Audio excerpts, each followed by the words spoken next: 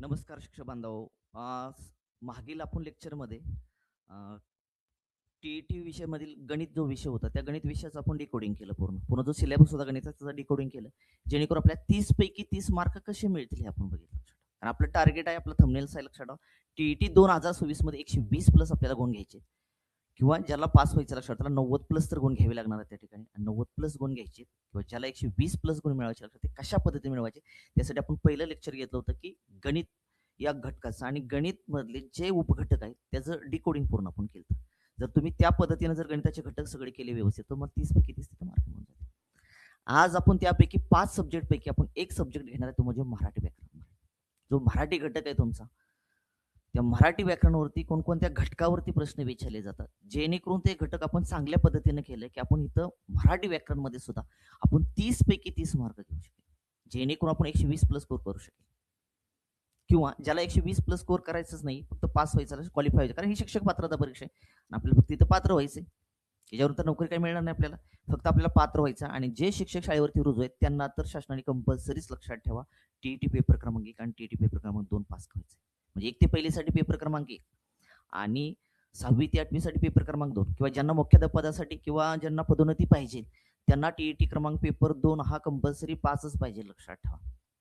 मग त्यासाठी आजचा जो आपला विषय तो आहे मराठी. मराठीमध्ये तुम्ही आउट ऑफ मार्क घेऊ शकता, जर योग्य रणनीती आणि योग्य जर नियोजन आखलं तर तुम्ही तर पैकीचे पैकी मार्क घेऊ शकता. किंवा ज्यांना 90 प्लस घ्यायचे त्यांनी 25च्या आसपास जरी खेळला तरी सुद्धा चालेल, काही प्रॉब्लेम नाही. मग त्याला पूर्ण मराठी जो घटक आहे, मराठी भाषेचे, त्या मराठी भाषा कोणत्या कोणत्या भागामध्ये विभागली जाते, कोणत्या कोणत्या घटकामध्ये विभागली गेली, कोणत्या कोणत्या घटकावरती प्रश्न विचारतात त्या ठिकाणी. टीईटी पेपर क्रमांक मराठी, तुमचा टीईटी पेपर क्रमांक 1 असू द्या किंवा टीईटी पेपर क्रमांक 2 असू द्या, तुमचा टीईटी पेपर 1 आहे, पेपर 2 आहे, दोन्ही मध्ये लक्षात ठेवा तुम्हाला मराठी व्याकरण विचारलं जातं. मराठी हा सब्जेक्ट आहे, मराठी ही भाषाच आहे तुमची. जर तुम्ही मराठी भाषा 1 म्हणून पण निवडू शकता आणि मराठी भाषा 2 म्हणून पण निवडू शकता. मराठी भाषा 1 आणि मराठी भाषा 2 अशा पद्धतीने तुम्ही निवडू शकता. जर तुम्ही हिंदी भाषा म्हणून जर तुम्ही 1 निवडले असेल, काय होतं रे, हिंदी भाषा म्हणून जर तुम्ही 1 निवडली असेल, पहिली निवडली, तर तुम्ही मराठी भाषा म्हणून तुम्ही द्वितीय निवडू शकता, काही प्रॉब्लेम नाही. म्हणजे मराठी भाषा तुम्ही 2 म्हणून पण निवडू शकता आणि मराठी भाषा तुम्ही 1 म्हणून पण निवडू शकता मित्रांनो.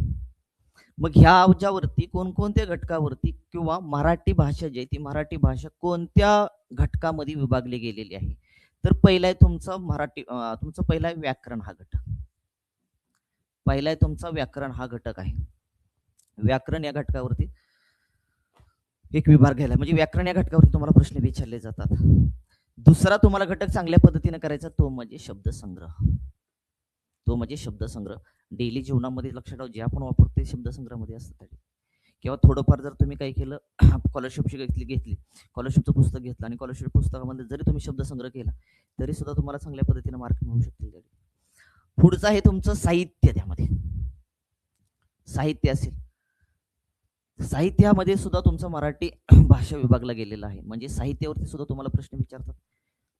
पुढचं आहे आकलन. तुमचं आकलन याच्यावरती सुद्धा तुम्हाला प्रश्न विचारले जातात त्या ठिकाणी.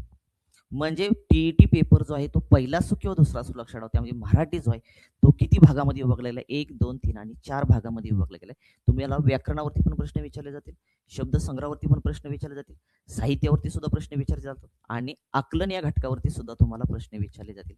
असे 4 घटकामध्ये आपला मराठी भाषाचा पेपर जो क्रमांक 1 असो किंवा 2 असो तो विभागला गेलेला आहे. मग ह्याच्यामध्ये व्याकरणामध्ये कोणकोणत्या घटकावरती प्रश्न येतात, आता जे मी इथं पॉईंट काढून 13 लक्षात ठेवा. हे पॉईंट जे आहेत हे पॉईंट 2025 ला जो टीईटी पेपर क्रमांक 1 झाला आणि 2 झाला, लक्षात ठेवा, त्यातले घटक आहेत तिथं. मग टीईटी क्रमांक पेपर 1 आणि टीईटी पेपर क्रमांक 2 मध्ये ज्या घटकावरती 2025 ला भर दिला होता ते मी इथं पॉईंट आणले. पण फक्त तेवढेच करायचे का आपण, नाहीये. मराठी व्याकरणमध्ये जेवढे घटक आयएमपी आहेत लक्षात ठेवा तेवढे. फॉर एक्झाम्पल, जर तुम्हाला 2025 ला उभयनवी अव्ययावरती प्रश्न विचारला गेलेला आहे, मग फक्त तुम्ही उभयनवी अव्ययच करणार का, तिथं नाहीये. तर तुम्हाला शब्दाच्या ज्या जाती जेवढे आहेत त्या शब्दाच्या जाती सगळ्या कराव्या लागतील. म्हणजे शब्दाच्या आपल्याकडे ते 8 जाती, त्यामध्ये 4 विकारी आणि 4 अविकारी जाती त्या ठिकाणी. मग ते नाम असेल, सर्वनाम असेल, विशेषण असेल, हे सगळ्या गोष्टी तुम्हाला कराव्या लागणार आहे. फक्त 2025ला आपण फक्त मराठी सब्जेक्ट 2025चा जो टीईटी पेपर झाला लक्षात, त्याचं फक्त मराठी विषयामध्ये जे घटक आले त्याचं फक्त डिकोडिंग करतोय आपण. किंवा त्याला आपल्याला अंदाज येईल की कोणत्या घटकावरती प्रश्न विचारले जातात त्या. पण करताना मराठी व्याकरणामध्ये जेवढे घटक आहेत तेवढे घटक आपल्याला पूर्णता करायचे आहेत, जेणेकरून आपल्याला मराठी व्याकरणमध्ये 30 क्वेश्चन विचारले जातात आणि गुण असतात 30 पैकी 30 आपल्याला गुण मिळाले पाहिजेत. आणि मित्रांनो पडतात, जर योग्य असं मराठीचं नियोजन आणि रणनीती आखली तर तुम्हाला मराठी व्याकरणमध्ये मराठी भाषेमध्ये तुम्हाला 30 पैकी 30 गुण मिळू शकतात. फक्त करणं गरजेचं आहे.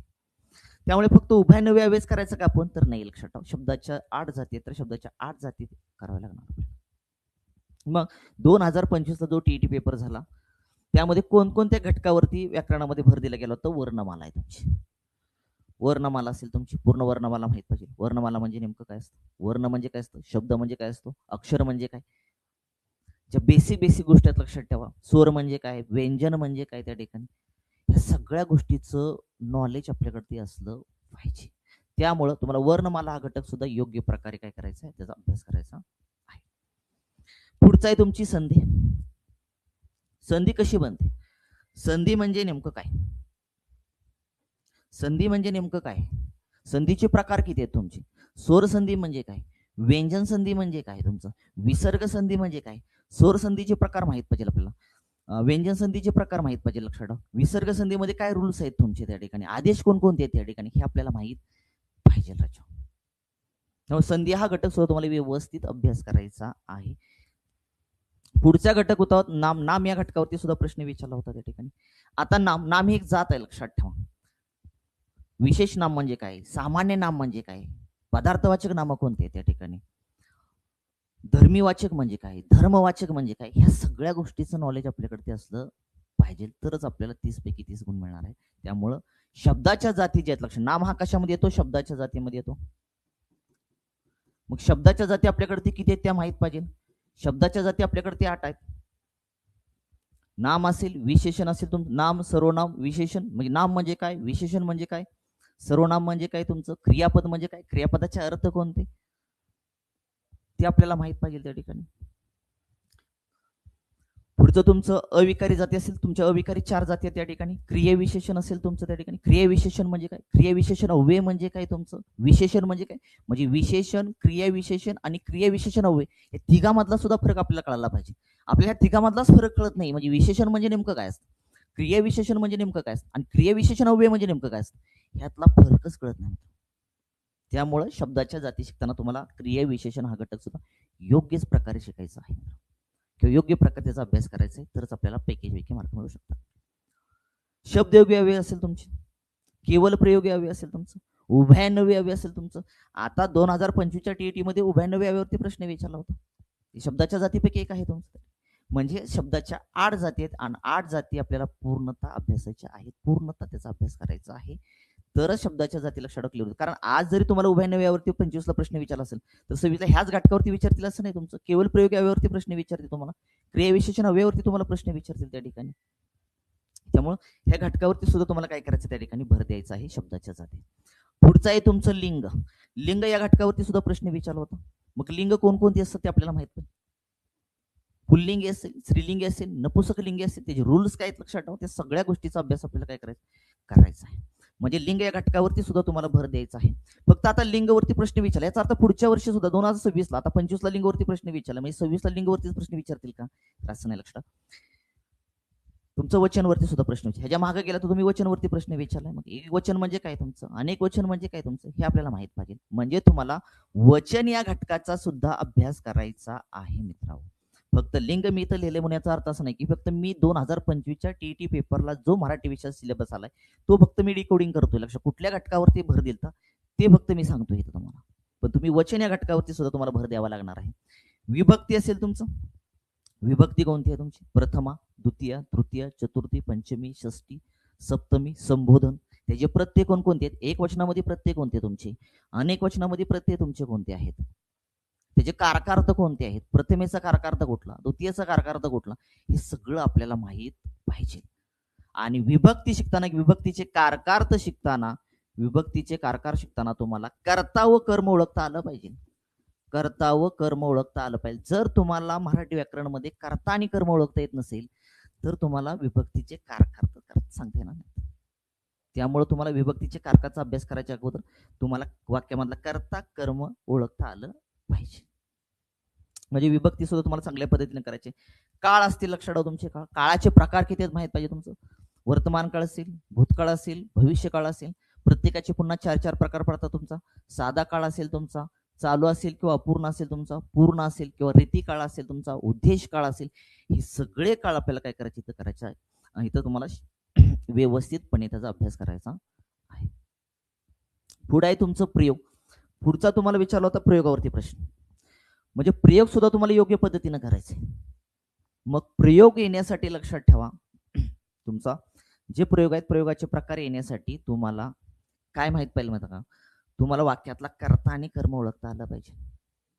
जर वाक्यातला कर्ता आणि कर्म ओळखता आलं नाही, भावी प्रयोग म्हणजे काय तुमचा. मग वाक्यातला तुम्हाला काय ओळखता आलं पाहिजे त्या ठिकाणी कर्ता आणि कर्म ओळखता आला पाहिजे मित्र.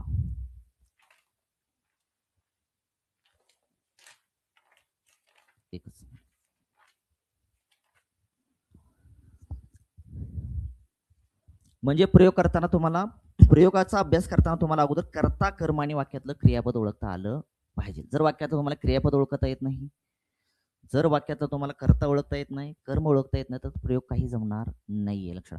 कर्तरी प्रयोग म्हणजे काय असतो लक्षात ठेवा. प्रत्यय नेमका कुठं लागतो, कर्मणी प्रयोग काय असतो, भावे प्रयोग काय असतो, हे जे पुन्हा उपप्रकार पडतात, ह्या सगळ्या गोष्टीचं नॉलेज आपल्याकडे पाहिजे. त्यासाठी तुम्हाला प्रयोग हा घटक सुद्धा लक्षात योग्य प्रकारे काय करायचा त्याचा अभ्यास करायचा आहे. त्यानंतर पुढचा घटक होता समास. समासावरती सुद्धा तुम्हाला प्रश्न विचारले होते. हा समास जो घटक आहे लक्षात ठेवा, द्वंद्व समास असेल तुमचं, बहुव्रीही समास असेल तुमचा, प्रत्येक समासात जेवढे प्रकार पडतात लक्षात त्या सगळ्या घटकांचा आपल्याला समासामध्ये काय करायचा अभ्यास करायचा आहे. आणि ह्या घटकावरती तुम्हाला 100% प्रश्न विचारला जातो. 2025 ला प्रश्न विचारला. पुढचा आहे तुम्हाला कर्ता आणि कर्म ओळखणे. तर कर्त झाले. वाक्यामधला कर्ता आणि कर्म ओळखता आला पाहिजे तुम्हाला. जर वाक्यातला तुम्हाला कर्ता आणि कर्म ओळखता येत नसेल,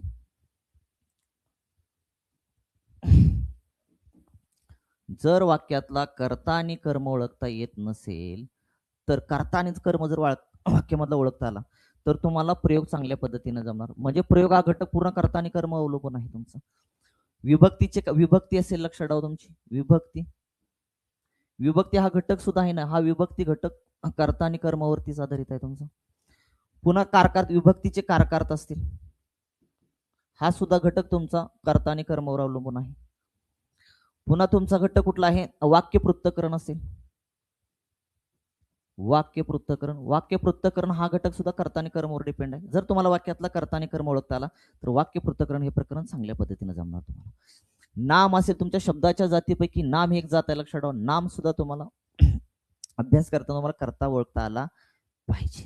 म्हणजे कर्ता कर्म जर वाक्यातला ओळखता आला तर तुम्हाला वाक्य पृथक्करण, कारकार्थ, प्रयोग, विभक्ती आणि नाम हे सगळे घटक 5 घटक आहेत. 5 घटक लक्षात ठेवा तुमच्या कर्ता आणि कर्मावर अवलंबून आहेत. म्हणजे वाक्यातला कर्ता आणि कर्म ओळखता आला पाहिजे तुमचं. शब्दसिद्धी असेल घटक, या शब्दसिद्धीवरती लक्षात ठेवा तुम्हाला प्रश्न विचारतात. एखादा शब्द येतात हा कुठल्या भाषेमधून आलाय, कुठल्या ह्याच्यातून आलाय तुमचा, तो संस्कृत मधून आलाय, कन्नड मधून आलाय का फारशी मधून आलाय, असे विचारले जातात तुम्हाला वेगवेगळे प्रश्न. त्यामुळे शब्दसिद्धी घटक हा सुद्धा आपल्याला योग्य पद्धतीने करायचा आहे. पुढचं आहे तुमचं वाक्य पृथक्करण. आता सांगितलं मी वाक्य पृथक्करण तेव्हा चांगल्या पद्धतीनं, हा बऱ्याच जणांना अवघड विषय वाटतो, म्हणजे अवघड घटक वाटतो, पण हा एकदम सोपा घटक आहे वाक्य पृथक्करण. जर तुम्हाला वाक्यातला कर्ता आणि कर्म ओळखता आलं, कर्ता ओळखता आला, भोक्ता ओळखता आला, त्या ठिकाणी कर्म ओळखता आला, प्रत्यक्ष कर्म काय असतं, अप्रत्यक्ष कर्म काय असतं, त्या ठिकाणी क्रियापद तुमचं ओळखता आलं तुम्हाला त्या ठिकाणी, तर तुम्हाला वाक्य पृथक्करण अवघड जाणार नाही. म्हणजे वाक्य पृथक्करण या घटकाचा सुद्धा आपल्याला योग्य पद्धतीने अभ्यास करायचा आहे. पुढचा आहे तुमचा अलंकार. अलंकाराचे वेगवेगळे प्रकार आहेत, तो सुद्धा घटक आपल्याला चांगल्या पद्धतीने करायचा आहे. आणि पुढचा तुमचा उभयनव्यय. उभयनव्यय हा शब्दाच्या जातीमध्ये येतो. जर शब्दाच्या जाती तुम्ही चांगल्या पद्धतीने केल्या 8च्या 8 तर तुम्हाला कुठलीही अडचण येणार नाही. ह्याच्या व्यतिरिक्त अजून काय काय येऊ शकतं, तुमची विरामचिन्हे आहेत. विरामचिन्हे प्रकरण आहे तुमचं. पुढचं शब्दाच्या जाती करा चांगल्या पद्धतीने. शब्दाच्या जाती, क्रियापदाचे अर्थ, क्रियापद करायचं चांगल्या पद्धतीने आपल्याला अजून क्रियापद, मग क्रियापदाचे काळ असेल तुमचा, म्हणजे क्रियापदाचा काळ तुमचा, म्हणजे क्रियापदाचा काळ असेल तुमचा, क्रियापदाचे अर्थ असतील तुमचे, अर्थ, संकेतार्थ, विध्यर्थ, अज्ञार्थी वाक्य असेल तुमचं, असे तुम्हाला अर्थ जे तुमचे क्रियापद ते अर्थ सुद्धा तुम्हाला करायचे आहेत. अजून कुठलं महत्वाचं राहिलं तुमचा, समाज झाला,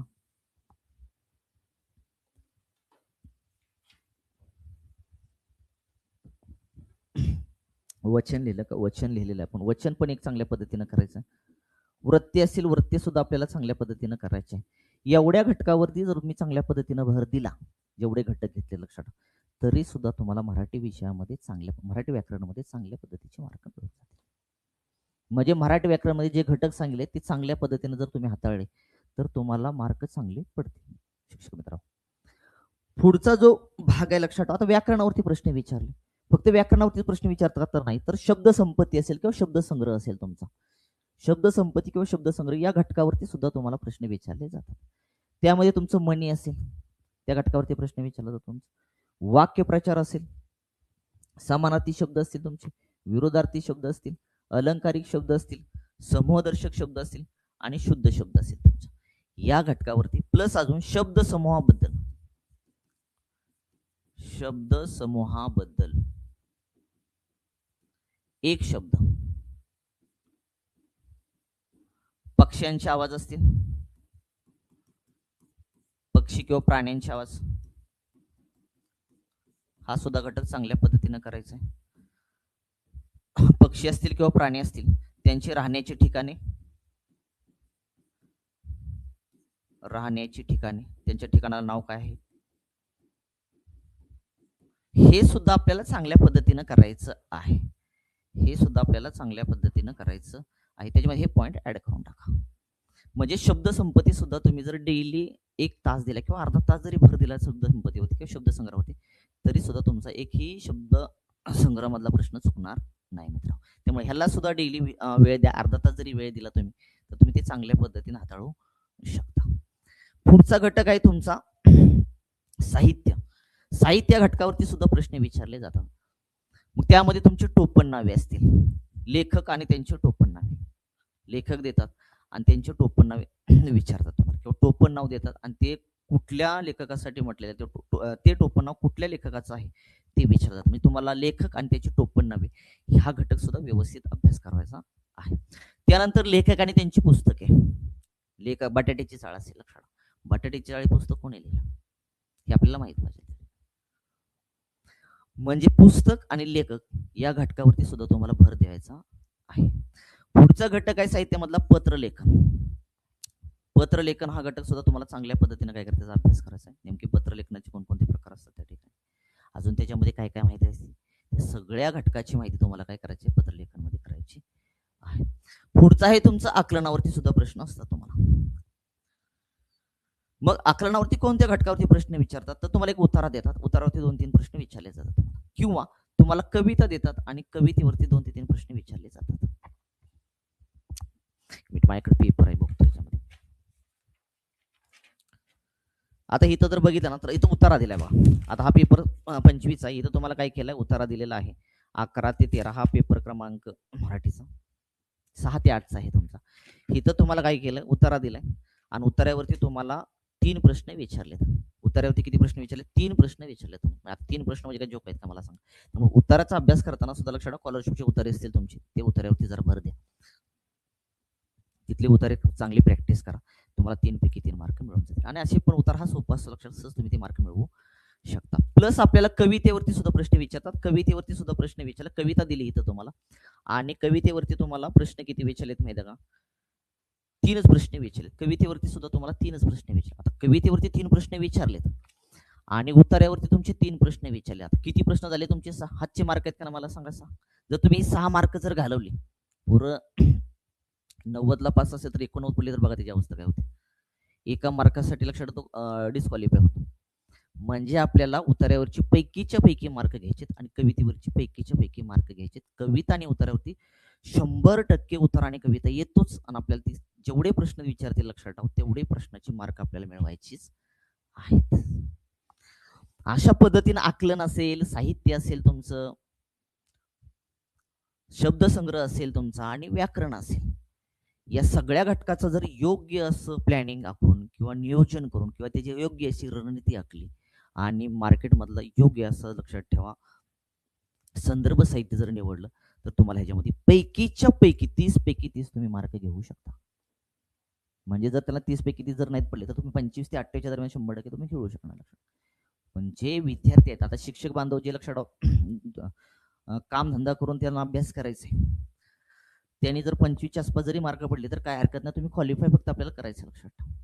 त्यामुळे तुमचं डेली रुटीन सांभाळून तुम्ही थोडाफार जरी मराठी व्याकरणाला 1-1.5 तास जरी डेली दिला तरी तुम्ही 25+ मार्क घेऊ शकता शिक्षक बांधव. त्यामुळे जे मी घटक सांगितले, व्याकरण असेल तुमचं, साहित्य असेल, आकलन असेल, शब्दसंपत्ती असेल, ह्या घटकाचा दिवस जसा वेळ भेटेल तसा तुम्ही थोडा थोडा जरी अभ्यास केला तरी तुम्हाला तुम्हाला मराठी व्याकरणमध्ये 30 पैकी 30 मार्क मिळू शकते.